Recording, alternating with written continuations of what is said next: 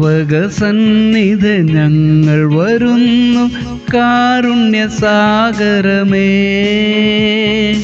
ആത്മീയ നൽവരം ഞങ്ങളിൽ നാഥ അളവന്യ ചൊരിയണമേ.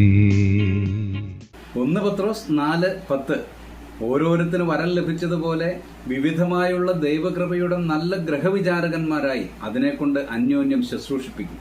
ആത്മിക വരങ്ങളുടെ പട്ടിക രേഖപ്പെടുത്തിയിരിക്കുന്ന പുതിയ നിയമത്തിലെ 4 ഭാഗങ്ങളിൽ ഒന്നാണ് ഈ അധ്യായം. ഈ വരങ്ങൾ എന്തിനു നൽകപ്പെടുന്നു എന്ന ചോദ്യത്തിന് മനോഹരമായ ഒരു ഉത്തരം ഇവിടെയുണ്ട്.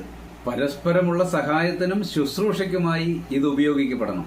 ഒരു ഗ്രഹവിചാരകൻ അഥവാ കാര്യസ്ഥൻ തന്നിൽ ഏൽപ്പിക്കപ്പെട്ടിരിക്കുന്ന ഉത്തരവാദിത്തങ്ങൾ ഭംഗിയോടെ നിർവഹിക്കുന്നത് പോലെ ആകണം അത്. ആത്മിക വരങ്ങൾ പോലും സ്ഥാനമാനങ്ങൾക്കും പ്രശസ്തിക്കുമൊക്കെ ഉപയോഗിക്കപ്പെടുന്ന ഈ നാളുകളിൽ പ്രിയമുള്ളവരെ, ഈ വചനത്തോട് നമുക്ക് നീതി പുലർത്താം. പ്രാർത്ഥിക്കാം. സ്വർഗീയ പിതാവേ, കൃപാവരങ്ങൾ ശരിയായി വിനിയോഗിക്കുവാൻ അടിയങ്ങളെ സഹായിക്കണമേ.